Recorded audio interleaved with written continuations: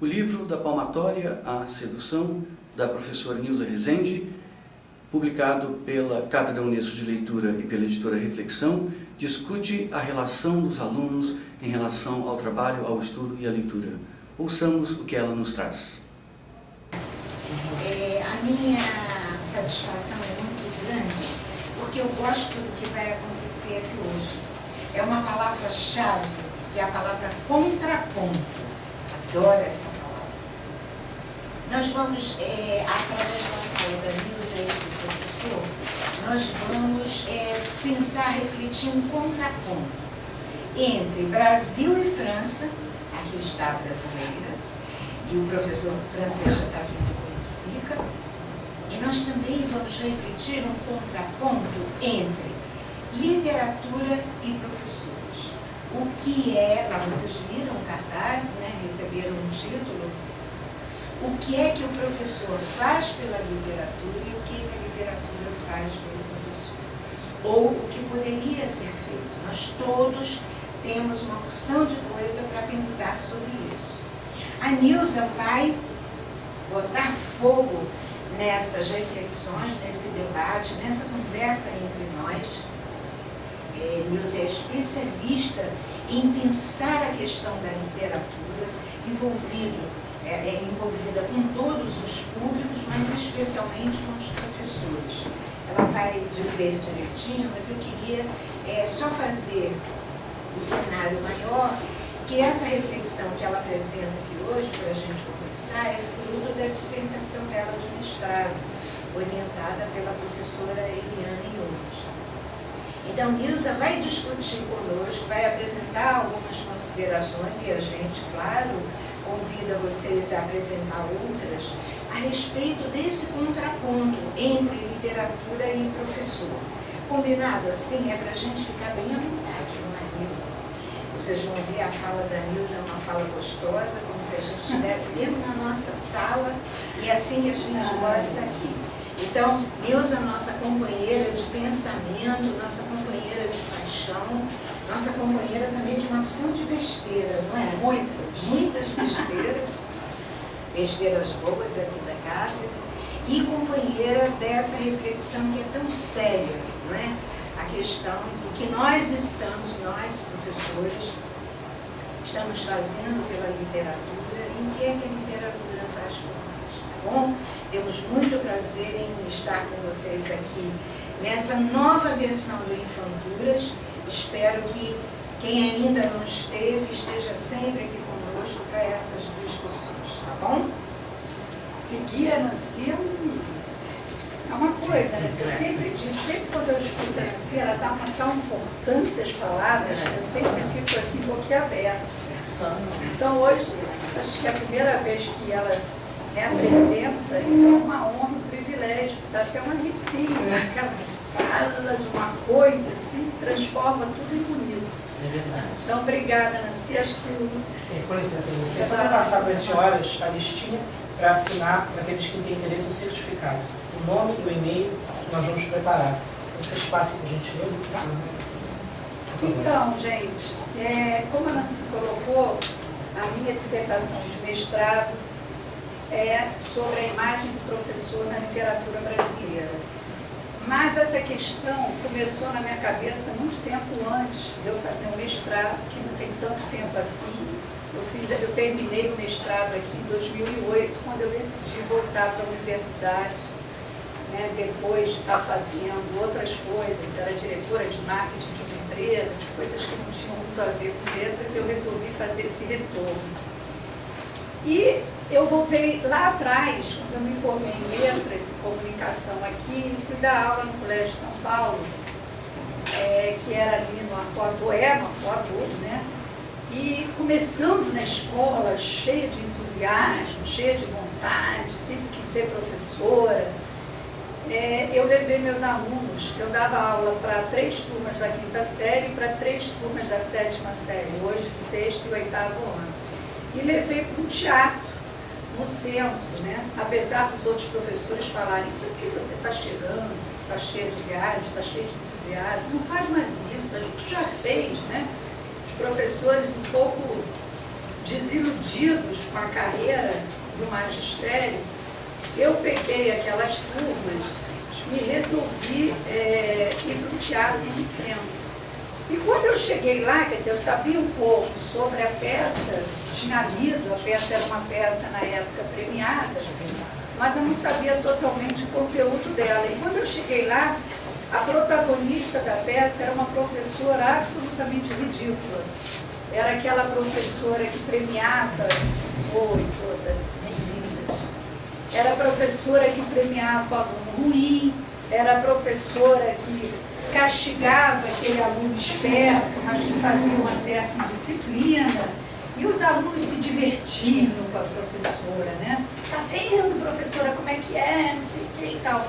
E eu saí do teatro muito irritada, porque eu falei, puxa, eu fiz tanto empenho para trazer minhas turmas a esse teatro aqui no centro e me dou de cara com um deboche da figura do professor.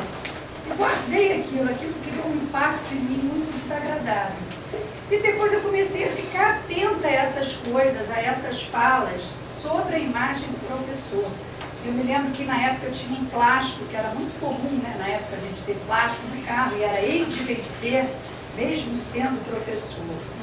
Eu me lembro que eu morei em São Paulo e o Paulo Maluf, numa greve dos professores, ele disse, as professoras não são mal pagas, elas são mal casadas. E eu comecei a recolher aquelas coisas que na minha cabeça, né, denegriam de alguma forma a figura do professor. Que no século XIX, né, os concursos para magistério eram disputadíssimos. Euclides da Cunha, né, o autor dos Sertões, um dos clássicos da literatura brasileira, fez concurso para ser professor do Estado. E hoje vai fazer concurso. Um dia, eu vivendo dessa coisa frila, cheguei numa escola particular do Rio e o coordenador era amigo dos meus pais e eu fui até lá e falei, olha, eu estou precisando trabalhar, não quero trabalhar aqui. Ele disse para mim, não, Neuza, aqui não dá para você ser professora. Então, eu comecei a pensar qual é essa imagem do professor na sociedade brasileira, também partindo um pouco de uma coisa familiar, né? Eu tenho 6 irmãos, quer dizer, nós somos 6, éramos 7, e a minha mãe sempre apresentava com muito orgulho, esse meu irmão é advogado, esse outro é cineasta, minha filha é jornalista, e quando chegava na minha vez, que tem, infelizmente, o mesmo nome da minha mãe, virava Nilzinha, porque ela era Nilza, essa é a professorinha da família. E eu, ai meu Deus, professorinha, e comecei a achar aquilo muito incômodo.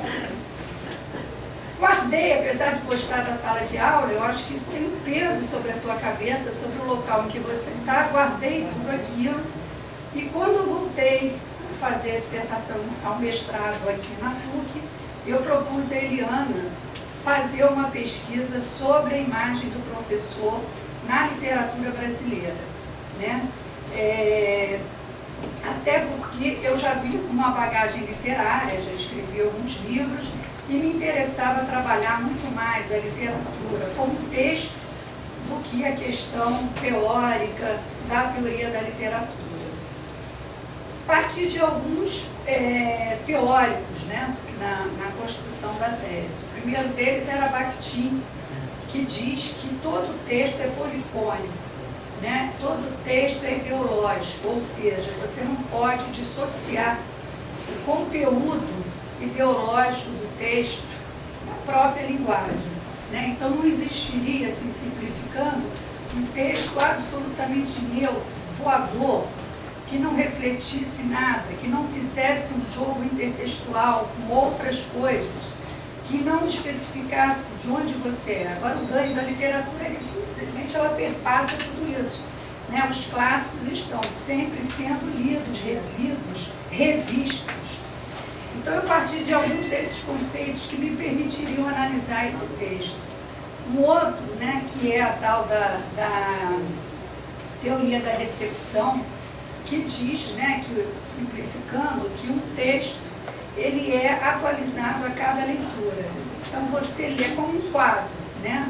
Você entra num museu, você vê um filme, qualquer coisa, se você já viu outras coisas, você pode interpretar mais daquilo.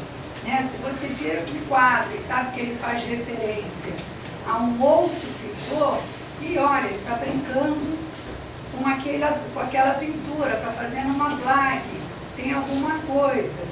A mesma coisa um texto, né? Se você não leu o Ateneu, quando você for ler, por exemplo, Menino de Engenho, que termina, eu era diferente do menino Carlos, do Ateneu, eu era o menino Vadio. Você vai entender o que ele queria dizer. Se você ler o Ateneu, você vai entender que ele, do Menino de Engenho, era um menino impuro, né? Que vivia no mato, que pegava doença venérea, que, enfim, ele era muito mais ligado à vida, ao cotidiano, do que os meninos que ficavam no Ateneu, limpos, que cortavam os cachimbo de ouro, que estavam ali.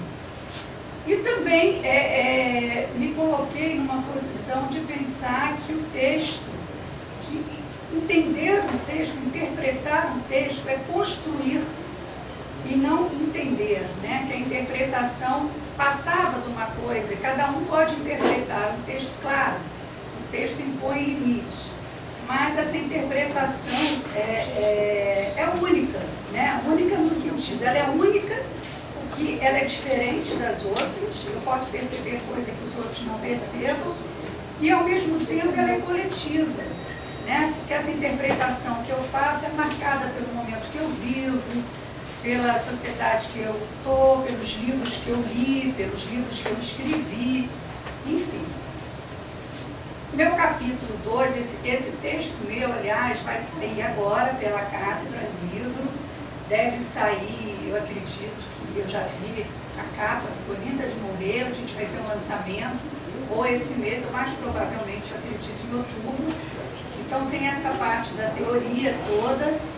E aí eu comecei a pensar, né, que livros eu vou escolher para ver a imagem do professor. Então eu dividi a minha dissertação em vários capítulos. O primeiro deles, que é o que eu vou tentar aqui falar para vocês, também a partir dos textos, porque eu acho muito difícil você falar de literatura falando pelo autor. Eu acho que o autor fala pelo texto, né? O texto fala pelo texto. Então, eu escolhi 10 textos e a gente vai fazer um passeio nesses textos. Esses textos, eu também entrevistei 10 professores da PUC sobre, no final do livro, sobre imagens que eles tinham do professor e como eles se veem, qual é a imagem deles, que eles acham que eles têm para os alunos deles na PUC. E alguns desses textos foram me sugeridos por esses professores que eu entrevistei. E o primeiro livro, eu acho que é um livro, não todos aqui com certeza leram, porque eu estou vendo que são pessoas jovens e tal, se falasse desse livro todo mundo me mataria, todos nós somos, mas é um livro clássico, quando você pensa em imagem do professor na literatura, que é o Ateneu, de Raul Pompeia. Então eu vou colocar aqui, deixa eu ver se eu consigo. Eu não sei se vocês vão conseguir ler, mas eu trouxe depois um xerox que eu dou para vocês, tá? Com essas telinhas, só para vocês guardarem os livros e no futuro poderem fazer. Quem não tiver de fato conseguindo ler essa primeira que está aqui, ó, me fala que eu passo aqui esse texto. Eu acho muito para todo mundo ler. Mas enfim, tá aqui, ó. São literalmente as telas, tá? Eu achei que era... Quem é que não consegue, não precisa do papel? Quem não consegue. Agora, já que passou, passa para todo mundo. São só as telas. O livro depois estará sendo lançado. E eu vou pedir que passem um convite do lançamento para vocês. Consegue ler? Consegue? Então, quem já leu o Ateneu aqui? Ai, o Ateneu, e é muito engraçado, porque eu tinha uma ideia desses livros todos muito chatos, né? Aquela coisa clássica que você lê no primeiro grau, e eu recuperei nessa leitura desses livros um prazer imenso. O Ateneu, né? do Raul Pompeia, ele começa com essa frase: vais encontrar o mundo, disse-me meu pai, à porta do Ateneu, coragem para a luta. Na porta da escola, o pai dizia isso ao menino. Essa frase, tão simples, ela quase que abre o conceito da escola naquela época, né? É isso um pouco que eu vou tentar passar para vocês, a minha interpretação do texto, para a gente pensar na questão da literatura e professor. Coragem para a luta, quer dizer, o pai prepara o menino como se ele estivesse indo para uma guerra, né? Coragem para a luta. E a escola era, naquele momento, uma verdadeira guerra, né? O uniforme dos meninos, os termos que o professor usa, né? O pelotão, a questão da disciplina. Era uma escola como se ela fosse militar, era uma escola que privilegiava os ricos, né? Ele dizia que as bolsas eram apenas para constar da caridade. E você tinha nessa escola do Ateneu o professor Aristarco. O professor Aristarco era assim um verdadeiro monstro, em que ele diz essa frase: olha, acima de Aristarco, Deus tão somente, abaixo de Deus, Aristarco. Então Aristarco, ele era o regulador da escola, o diretor. A primeira coisa que ele fazia era tirar tudo dos meninos, tire todo sinal infantil, corte os cabelos dele, troque a roupa dele. E era um internato, né? Aquela grande casa em Laranjeiras, na rua Ipiranga, né? O Ateneu. Ele, uma hora, esse fiscal, é importante essa palavra, o professor era confundido com a figura do fiscal nesse momento, né? Olha a ideia da escola que eu tirei para vocês, é essa segunda frase: moderar, animar, corrigir, essa massa de caracteres, onde começa a ferver o fermento das inclinações, encontrar e encaminhar a natureza na época dos violentos ímpetos, que são os adolescentes, né? Amordaçar excessivos ardores, retemperar o ânimo dos que se dão por vendidos precocemente, espreitar, adivinhar os temperamentos, prevenir a corrupção, desiludir as aparências sedutoras do mal. Então a escola era um lugar para modelar, né, o temperamento dos alunos, transformando eles todos numa farda igual a de todos os outros, né? O Aristarco, ele prendia os meninos, enfim, cenas que a gente já viu em filmes, digamos, né, daquela punição. Mas o que é interessante é perceber como a literatura faz isso através de uma linguagem literária. Quer dizer, nós temos aí um texto escrito por um escritor, ele não está fazendo um ensaio. Se você perceber o texto, você vai se envolvendo naquela linguagem toda. Então ele diz, uma hora numa briga entre o professor e os alunos, o Aristarco fala: confessa-me tudo, ou mato-te. O professor tinha que saber tudo do aluno, né? E o aluno tinha que contar tudo para o professor. Era permitido ao professor, né? O aluno não tinha uma privacidade na sala de aula, né? O aluno, ele tinha, ou ele aceitava essas normas, ou ele estaria fora. E aí tem isso: vê Aristarco, dizia o coro, vê, nós aqui estamos, nós somos tu e nós te aplaudimos, porque isso é uma característica dos textos também. A crueldade do professor passava para os alunos. Os alunos eram sempre cruéis uns com os outros, né? Hoje, você tem um texto literário, em geral você tem alunos, amigos dos outros. Nessa virada de século, todos os textos literários mostram os alunos cruéis uns com os outros, né? O próprio conto que a gente vai ver do Machado de Assis, o conto de escola, ele fala que com 2 alunos ele conheceu as 2 coisas, né? A corrupção e a delação. Então os alunos acabam espelhando um pouco esse perfil fiscal e cruel do professor, tá? E nessa escola tem espaço para leitura, tem espaço para o livro, tem espaço para escrita? Claro que não. Né? Ninguém lia literatura. Falando da literatura, ninguém lia literatura.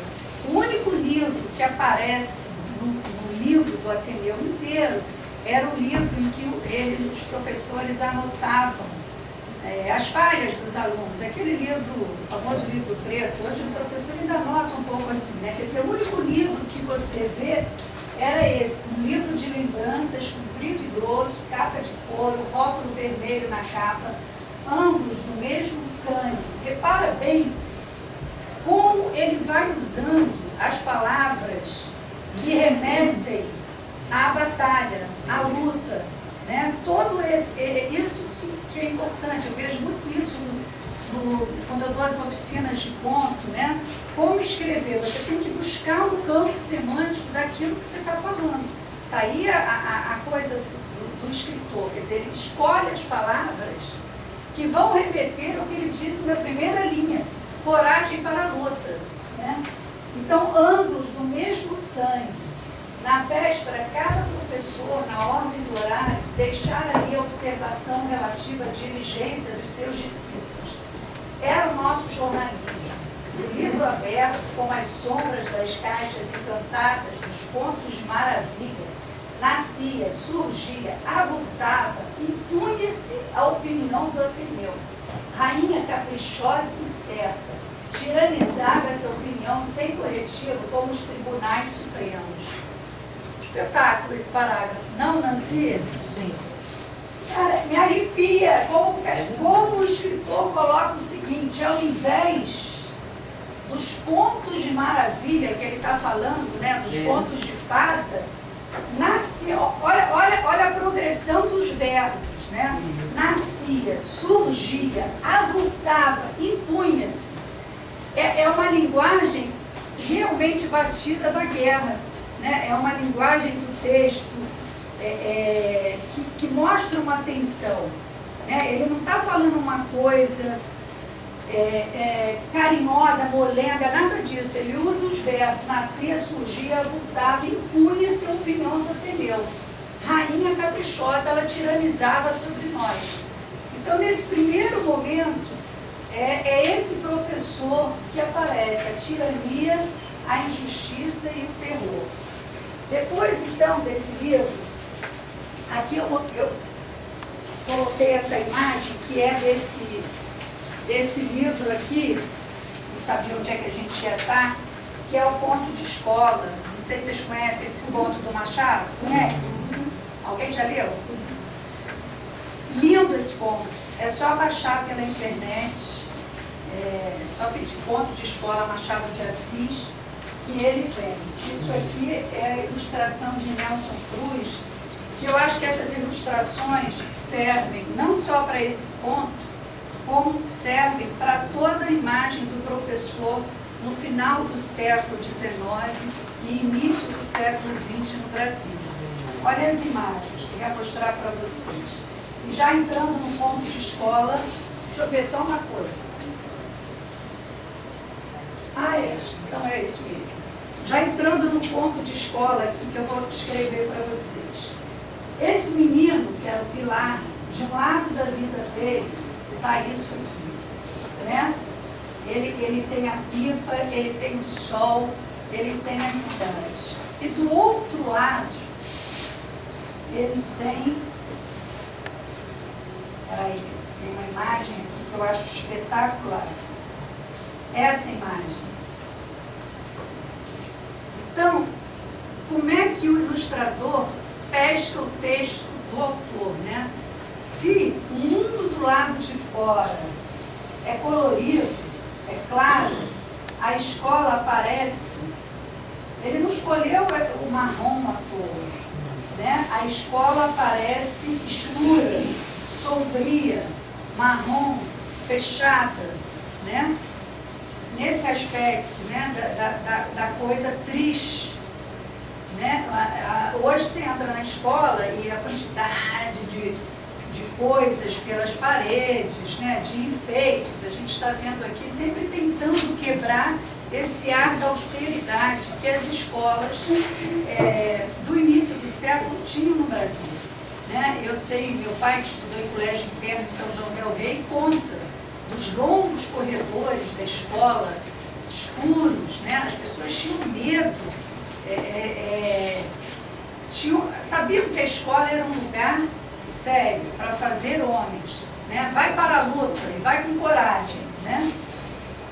Então, no ponto de escola, nesse ponto do Machado, que é uma pérola, o que acontece? Esse menino vai para a escola e, chegando à escola, um outro menino, que era filho do professor, oferece a ele uma pratinha em troca dele fazer a lição por ele.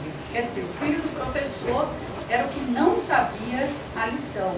E ele tinha tanto medo de apanhar do pai, professor, que ele diz para o menino: está vendo essa moeda linda, dourada? Você quer? E o menino, que era duro, né, colocou o olho dele em cima da moeda, que ele era um sonho de consumo dele. Aí ele disse: olha só, eu te dou a moeda, mas você faz o meu dever, senão eu vou apanhar do meu pai. E ele faz o dever. Só que tem um outro menino que escuta eles combinando isso. E aí fala para o professor. Então, tem algumas, não sei exatamente o que eu escolhi aqui, mas eu escolhi um momento em que o professor descobre que houve a troca. Então ele fala: ó seu Pilar. Pilar era o garoto inteligente, que é o narrador do conto do Machado. Bradou o mestre com voz de trovão: reparemos de novo em Machado de Assis. Que voz é essa que o professor tem? Machado não fala com voz forte. Machado não fala com voz alta. Machado vira e fala com voz de trovão. Né? Quer dizer, ele usa uma metáfora maravilhosa que vai caracterizando o texto dele e dando o mel para a gente, né? Porque a gente diria: ele falou com uma voz muito alta, né? E ele vai na voz de trovão. Estremeci como se acordasse de um sonho, me levantei minhas pressas, dei com o mestre olhando para mim, cara fechada, jornais dispersos, e ao pé da mesa, em pé, o Curvelo, que foi o menino que delatou. Pareceu-me adivinhar tudo. Venha cá, bradou o mestre. Fui e parei diante dele. Ele enterrou-me pela consciência dentro um par de olhos compridos. Depois chamou o filho. Toda a escola tinha parado.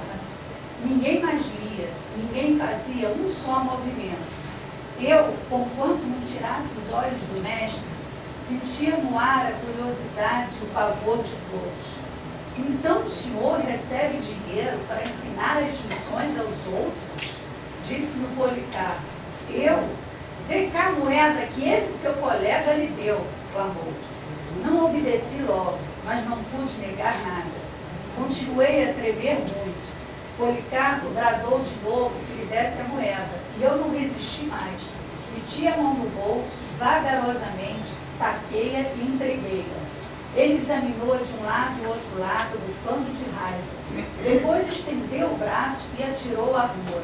E então disse-nos uma porção de coisas duras, que tanto o filho como eu acabávamos de praticar uma ação feia, indigna, baixa, uma vilania. E para emenda e exemplo, íamos ser castigados. Aqui pegou da palmatória. Estendi-lhe a mão direita, depois a esquerda, e fui recebendo os bolos uns por cima dos outros, até completar 12, que me deixaram as palmas vermelhas e inchadas. Chegou a vez do filho, e foi a mesma coisa. Não lhe poupou nada, 2, 4, 8, 12 bolos. Acabou, pregou-nos outro sermão, chamou-nos sem vergonhas, desaforados, e jurou que se repetíssemos o negócio, apanharíamos tal castigo que nos havia de lembrar para todo sempre. E exclamava: porcalhões, tratantes, faltos de brilho. Quer dizer, o Machado pega um personagem professor, né, que é pai do menino e que castiga o menino como se não fosse filho dele. E mostra uma coisa que é muito comum nessa literatura, que a gente vai ver se coincide com a sociedade ou não, que é a confusão da figura do pai e do professor. Quer dizer, o professor sendo aquele pai duro, que é cruel, que tem que ensinar pela violência, pela crueldade, pelo exemplo, o filho a caminhar pela vida. Figura completamente diferente da figura materna nesse início de século, né? Que vai também gerar uma outra professora, que é a professora afetiva, mãe, até chamada de tia, né? O professor, ele vem impregnado da figura paterna, ele tem que corrigir o erro, o desvio dos alunos, até mesmo porque você sabe que na sala de aula só tinha meninos, e também do outro lado só tem professores homens, né? Só depois é que vai entrar a mulher no normal e no magistério. Também esse primeiro ponto de escola, vou só passar para vocês sentirem a beleza da ilustração desse professor imenso perto desse menino que vira um bebê, né? Esse professor poderoso, tirano. Depois, esses meninos, na mesma posição, quietos e mudos, também como se fossem no exército, e do lado de fora, a distância entre os alunos que não podiam conversar. Essa sala de aula, né, parece sei lá, uma daquelas coisas, celas, né, antigas. Desejo pela pratinha,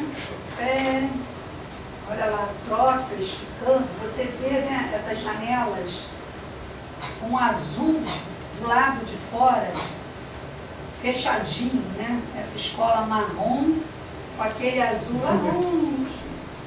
Olha a figura do professor, né? Essa figura, e é engraçado porque o professor tinha olhos pontudos, e a palmatória, que tem 5 furos, também ele considera os olhos do diabo. Então, além da palmatória, o professor, olha o tamanho do professor, né? Que é a questão do poder, né? Esse professor todo poderoso, que tinha um instrumento muito fácil, quando qualquer um fosse contra o poder dele, que era a palmatória. E aí é genial, né? Porque no final ele fica doido para voltar à escola para tentar achar as pratinhas. A pratinha que o professor jogou. Mas aí ele diz o seguinte, olha só, na rua encontrei uma companhia do batalhão de fuzileiros, tambor à frente, rufando. Não podia ouvir isso quieto. Os soldados vinham batendo o pé rápido, igual direita e esquerda ao som do rufo. Vinham, passaram por mim e foram andando. Eu senti uma comichão nos pés e tive ímpeto de ir atrás deles. Já lhes disse, o dia estava lindo, e depois o tambor, olhei para um e outro lado. Afinal, não sei como foi, entrei a marchar também ao som do rufo, creio que cantarolando alguma coisa, rato na casaca. Não fui à escola, acompanhei os fuzileiros, depois enfiei pela saúde e acabei amanhã na praia da Gamboa. Voltei para casa com as calças enxovalhadas, sem pratinho no bolso, nem ressentimento na alma. E contudo a pratinha era bonita, e foram eles, Raimundo e Covero, que me deram o primeiro conhecimento.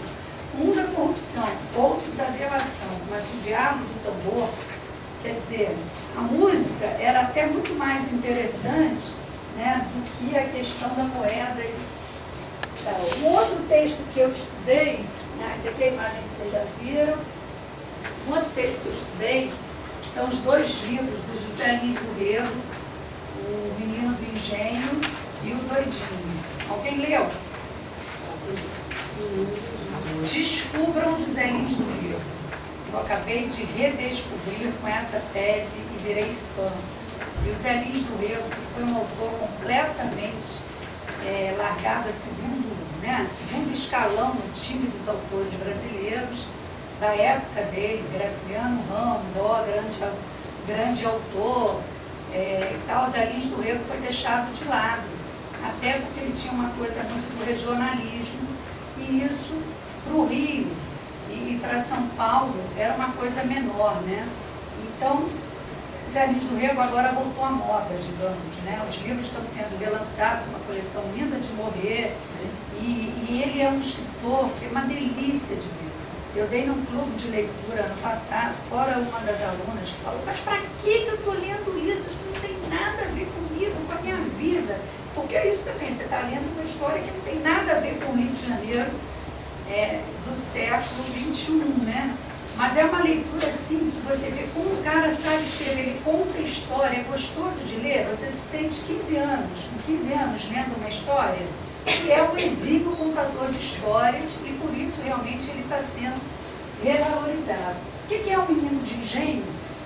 É a história desse menino, que seriam as memórias, né, do Zé Lins do Rego, embora você não possa falar dessa questão que as pessoas... Mas é verdade o livro. Acho isso muito engraçado. Você acaba de escrever um livro, a única coisa que a pessoa quer saber é, mas isso aconteceu com você, conta é verdade. E mesmo que é verdade, deixa de ser verdade no momento que você escreve, porque vira uma ficção, né? Por mais que seja baseado em fatos reais, como diz o cinema, nunca é exatamente fato real, a não ser que o cara não seja um escritor que não tenha transformado aquilo num texto literário. Aí ele vai entrar na cartela de não ficção das livrarias, né? Como as biografias são. Aí são outras questões, né? Mas o Zé Lins do Rego, O Menino de Engenho, é o livro que ele conta as delícias do campo, digamos assim. É o livro em que ele fala, que ele se esbalda. Ele é um garoto, né? Acabou. Eu achei que era só eu. Problemas de idade. Vejo que não. Ele conta assim, como ele vive aquilo, né? Ele se junta a homens mais velhos, ele transa com a empregada. Então ele era um garoto, né? Ele perde a mãe e ele fica assim do mundo, né? Ele tem essa coisa da casa grande, da senzala, ele transita nesses dois espaços. E até que chega um momento em que dizem para ele, você vai ter que ir para a escola. Você não pode ficar aqui, afinal você é neto do coronel José Paulino. Você não pode ficar nessa vida suja. Então mandam ele para a escola e o livro termina, O Menino de Engenho, com ele indo para a escola, né? Mas de qualquer jeito já tem algumas coisas que mostram para a gente qual é a imagem da escola que ele está tratando. Primeira é ela. Ficava eu horas a fio, sentado na sala de costura, com a carta de ABC na mão, enquanto por fora de casa ouvia o rumor da vida que não me deixavam levar. Era para mim essa prisão um martírio bem difícil de vencer. Os meus ouvidos e os meus olhos só sabiam ouvir e ver o que andava pelo terreiro, e as letras não me entravam na cabeça. Isso quando a tia resolve ensinar ele a ler em casa. Novamente aquela oposição, né? Aquela oposição daqui entre a cidade e a escola.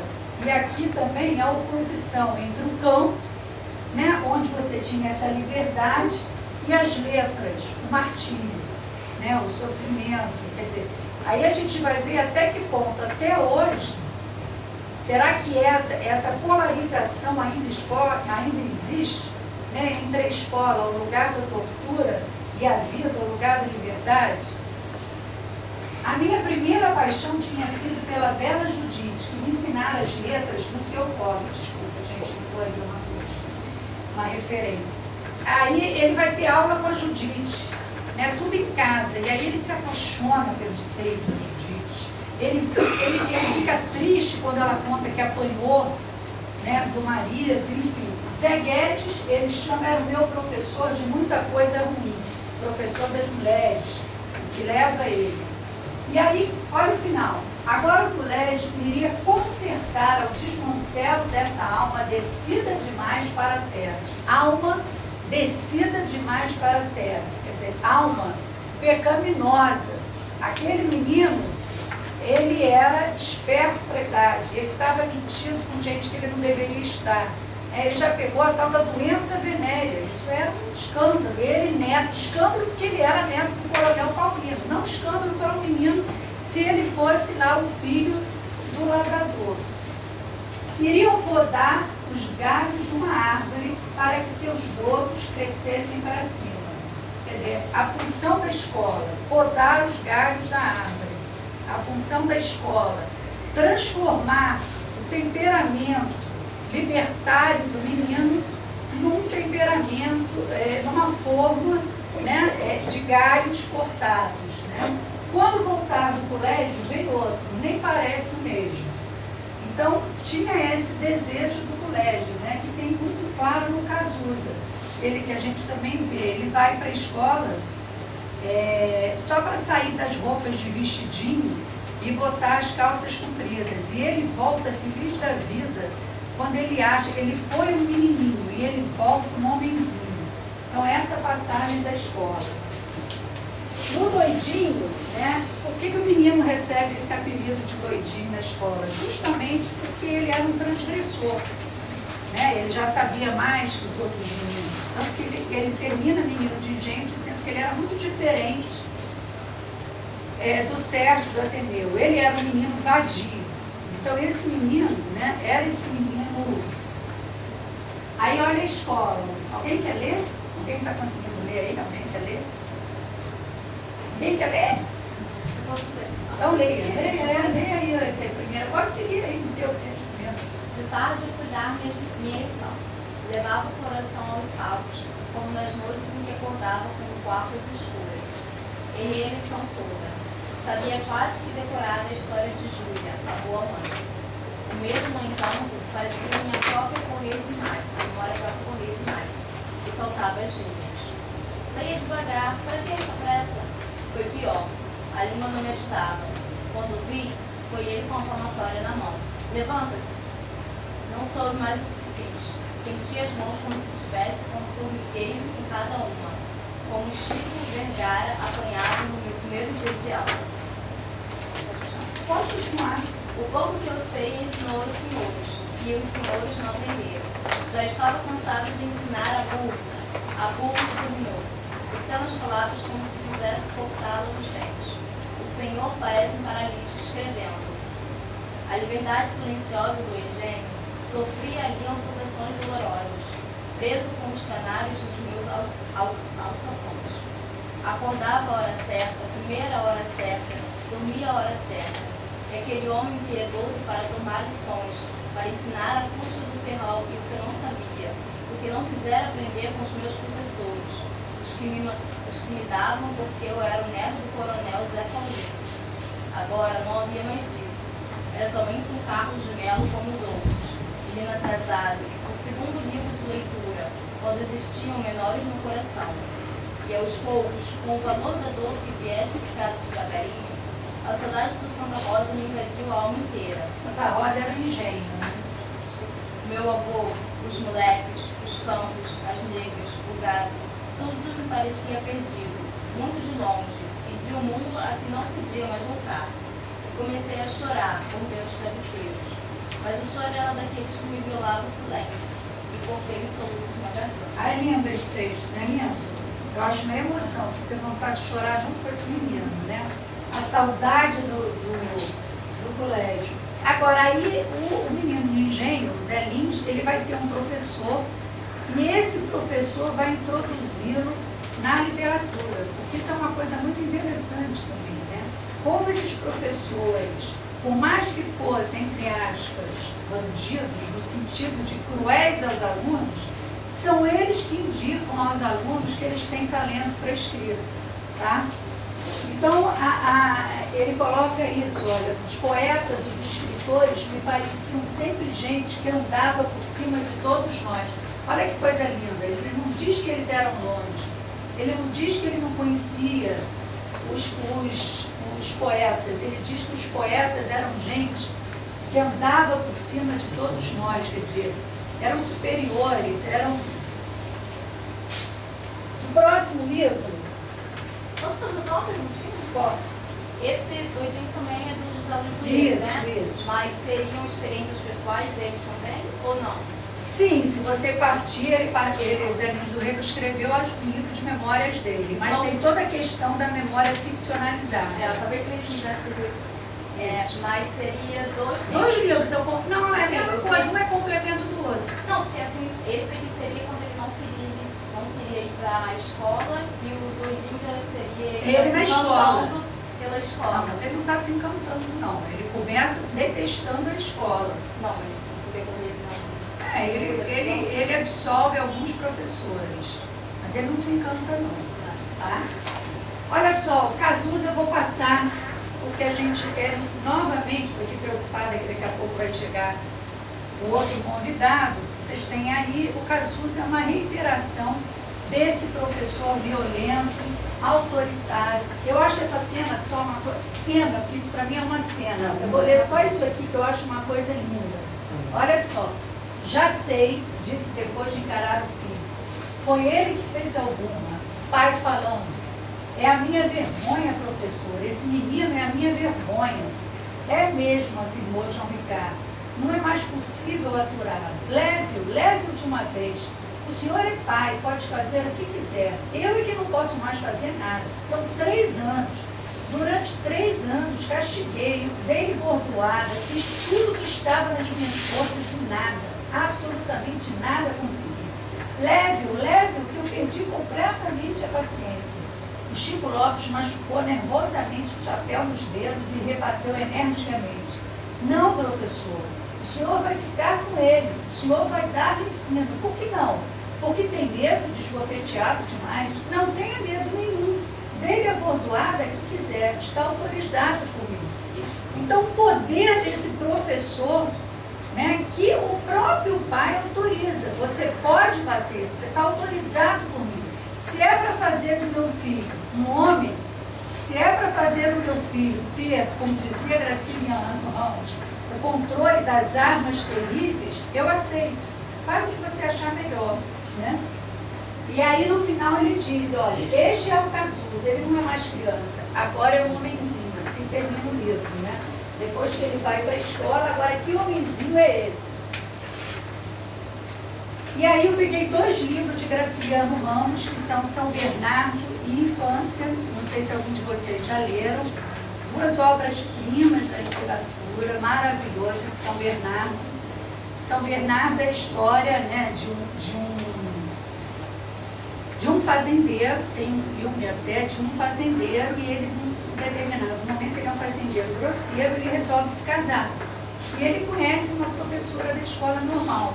E ele imagina uma boneca da escola normal. Ele achou que ela era uma professora, ou seja, delicada. Aí ele já está pensando na segunda imagem dos professores recorrente na literatura brasileira, que é a professora, digamos, aquela um pouco que a minha mãe se referia quando me dizia professorinha, a professora carinhosa, a professora mãe, a professora que não é profissional. Né? Os homens fazem cursos, os homens têm carreira no magistério. A professora não, ela está ali por vocação, ela está ali porque ela adora criança, ela está ali porque ela adora adolescente. Né? Ela pode ser, ela é uma figura diferente, essa imagem que se constrói na televisão, no cinema, né? Dessa professorinha, a grande novela do Silvio Santos era a professorinha Helena e tal, é uma imagem dessa professora maternal, né? Então ele contrata, ele convoca essa moça e ele oferece a ela, né, casar com ela, só que ela era uma comunista, uma subversiva, ela quer provocar justiça na fazenda, ela quer levar as pessoas, e ele começa a ficar louco, né? Como é que ele, que achava que ela era uma boneca, vai ser contrariado por uma mulher intelectual? Então ele começa a ficar tão enfurecido com os ciúmes dela, que ela, não sei se o ponto final da história ou não, no final trágico, ela morre, ela se mata, porque ela não tem lugar naquela estrutura, né? Então é isso, olha, vaidade. Professorinhas de primeiras letras, a escola normal fabricava as 2. Uma propriedade como São Bernardo era diferente. Eu narrava o sertão, Madalena contava fatos da escola normal. As moças aprendem muito na escola normal. Não gosto de mulheres sabidas, chamam-se intelectuais e são horríveis. Tenho visto algumas que recitam versos no teatro, fazem conferências e conduzem o marido ou coisa que o vale. Falam bonito no palco, mas intimamente, com as cortinas cerradas, dizem, não se lia, meu bem, troca essa lâmpada para mim. Madalena, propriamente, não era um intelectual, mas estudava-se da religião, lia os telegramas estrangeiros e eu me retraía murchada. E aí, o que acontece? Ele começa a escrever, depois que ela morre, ele começa a escrever para se salvar das memórias dele de ter errado com Madalena. Então, nesse texto de São Bernardo, é uma obra-prima. Aqui é uma imagem do cinema da Madalena, um filme lindo.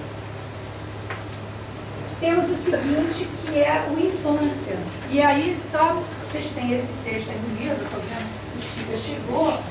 Ele sai de uma casa que o pai era horroroso, cruel, terrível, e está imaginando que vai chegar na escola e encontrar uma professora odiosa. Quando ele chega na escola, ele encontra essa Dona Maria. Dona Maria não era triste nem alegre, não lisonjeava nem magoava o próximo. Nunca se ria, mas de boca entreaberta, dos olhos doces, um sorriso permanente se derramava, desvanecia a cara redonda. Os acontecimentos surgiam em uma claridade tênue que alterava, purificava as desgraças. Vou dar uma pulada aqui, olha. Aí ele dizia que Dona Maria não tinha sede de justiça, não tinha nenhuma espécie de sede, mas era bem-aventurada. A sua alma simples desejava pouco e se avizinhava do reino de Deus. Não irradiava demasiado calor, também não espiava, justificava a comparação de certo pregador desajeitado. Nossa Senhora é como uma perua que abre as asas quando chove, acolhe os peluzinhos. E aí ele diz, quem ele compara então a professora? A Nossa Senhora. E vem a grande imagem da mãe professora, né, na figura de Nossa Senhora. Então a gente tem um pai terrível, e logo depois, com a tal da feminização do magistério, quando as professoras entram para a escola, a gente tem a mãe maternal. Então esse é um segundo retrato do professor do século, final do 19 para o 20. Uma outra imagem forte na literatura é a da professora sedutora, na literatura e nas artes, né? Que vem sempre de que a professora ela pode ter um quê de sedução, de prostituição. Você vê milhares de filmes brasileiros, pega Carlos Reichenbach, as normalistas e Nelson Rodrigues estão sempre de saias curtas, né, se oferecendo de alguma forma. Então essa imagem da professora é uma imagem forte na literatura e tem no livro Amar, Verbo Intransitivo, de Mário de Andrade, um exemplo quando é uma governanta alemã que vai ensinar, professora, que vai ensinar sexo ao menino para que ele aprenda a fazer sexo e a não se prostituir com prostitutas. O pai contrata essa professora para que ele não se suje na rua, né? Então esse é um livro que tem essa questão. Deixa eu saber uma coisa aqui. Oi, Cita, você como organizador, quero saber quantos minutos mais eu tenho, só para eu costurar. O professor Fressa, ele acaba de chegar, né? E se você começou... Comecei às 5. 5 pontos? Acho que foi 5 e 10. Foi 5 e 10. A ideia é que nós possamos ir até às 7, então 1 hora para cada um. Tá bom, então eu vou terminar o meu em 10 minutos, tá bom? Ok. Então eu queria mostrar para vocês a lição de amor, né? Que no livro não tem essa imagem do professor, mas no cartaz já tem com essas duas mãos, né? Então como você joga com a história desse professor, que é uma imagem recorrente de sedução. Um ponto que eu indico para vocês como um dos pontos mais bonitos da Clarice Lispector, que um dos professores da PUC me recomendou, é esse, Os Desastres de Sofia, que ela brinca com As Travessuras de Sofia, que era um livro da Condessa de Seville, que eu li na minha infância, que eu amava, e a Clarice também leu, e ela faz então um texto, Os Desastres de Sofia, em que a menina é apaixonada pelo professor, né? E esse professor, antes ela diz bem devagar, o professor era muito grande, muito feio, que ele era o homem da minha vida. E pá, quantas de nós não transformamos esses professores numa grande paixão? E ela diz, olha que lindo, ele me olhava, o olhar era uma pata macia e pesada sobre mim, mas se a pata era suave, colhia-me toda como a de um gato que sem pressa, frente o rápido. Quer dizer, um texto amoroso, um texto erótico, né? Esse texto da Clarice fala dessa coisa. E novamente aqui, o professor um dia chama ela pelo nome e diz para ela que o texto dela, de onde ela tirou aquele texto. E ela diz, por quê? Você detestou? Ele diz, não. De onde você tirou essa ideia tão boa? Então é o professor que indica que ela tem talento para escrita. É Clarice, é a personagem, quem há de saber? Mas de qualquer forma, é através desse professor, né, que se descobre o talento. E também chega ao Ziraldo, um clássico da literatura infanto-juvenil, que é a professora muito maluquinha, que todo mundo já deve ter visto, que é essa professora que, oba, bacana, alegre, feliz, que deixa os alunos fazerem tudo, mas que também é afastada da escola, né? Ela, vamos parar com essa felicidade aí. A diretora achou que agora ela estava maluca de vez. E tira essa professora e entra uma doce senhora de olhos severos e com a voz de quem comandava um pelotão. Então, gente, vocês vão ter aí nesse... acabou sendo mais, né, tempo do que a gente sempre pensa, mas é só para colocar um pouco, já disse isso aqui. A escola dos homens e o professor castrador. Quer dizer, a atividade docente no Brasil começa com os homens, são eles que ensinam e é para eles que se ensina. Então a literatura tem uma infinidade, esses meus são poucos, de exemplos com essa figura castradora, esse professor violento e carrancudo, sem compaixão e sem afeto, que representa a literatura de escola do fim do século XIX e da virada do século no Brasil. A segunda imagem é as imagens da professora maternal, né? Quando você tem a feminização do magistério, que as mulheres entram para a escola normal, porque até 1930 era a única profissão que as mulheres podiam ter, do jeito delas saírem de casa, né? Então, quando as mulheres entram para a escola, essa professora se transforma nessa mãe que transfere para os alunos o seu lado maternal, afetivo, dócil. Quebrando o paradigma, professora contestadora. Mas qual é o espaço dessa professora contestadora? A gente pode aproximar São Bernardo de Graciliano da professora maluquinha. O que acontece com São Bernardo? A Madalena se mata. E o que acontece com a professora maluquinha de Ziraldo? Porque ela some da cidade, ela vai dar aula numa abacateira e de repente ela desapareceu. Quer dizer, não tem espaço na literatura para essa professora contestadora. Se tem espaço para essa professora na vida ou não, é uma questão que toda hora a gente está vendo aí. Alguns professores sendo expulsos da escola, porque tem contos eróticos, não sei o quê. Será que tem espaço para contestação ou não deve ter? É uma discussão que a gente ainda traz hoje. O professor sedutor, né, e sensível, será que esse professor sensível que diz para os alunos que ele tem talento é sempre um professor homem? E aí eu pergunto, será que a professora, para ela ser transgressora, o único jeito que lhe cabe é através do corpo? Que a literatura vai aceitar, vai fazer dela isso? E, enfim, eu queria, terminando aqui nisso, colocar, né, as questões. Só coloquei aqui aquilo que eu falei no início, quais foram as linhas que me nortearam nesse trabalho. Esse trabalho também fez uma análise da imagem dos professores na literatura infantil e juvenil, através de estudo de outros pesquisadores, e a gente vê que tem uma professora, uma nova imagem, agora no final do século XX, aparecendo na literatura, que é a professora histérica, que grita, que fala muito. Aliás, eu quando estava fazendo esse trabalho, eu perguntei para o meu filho, né? Pedro, qual é a imagem que você tem de professor? Me diz, desenha aí, porque eu queria ter uma coisa na tese. Aí ele falou para mim, professor é uma tagarela. Então, acho que essa professora tagarela, histérica, se você olhar vários livros infantos juvenis, já é uma nova imagem para se juntar à do sedutor, à do paternal e etc. Quantos anos tem? Ele agora tem 15, mas na época ele tinha bem menos. Então, só para fechar isso aqui, né, eu coloquei isso. Será o grito o recurso legitimado em nosso tempo, substituto da palmatória? Né? Será que essa autoridade se faz pelo grito? Ou a questão ainda é outra. É possível ter essa autoridade sem grito? Quer dizer, em que momento hoje o aluno respeita o professor?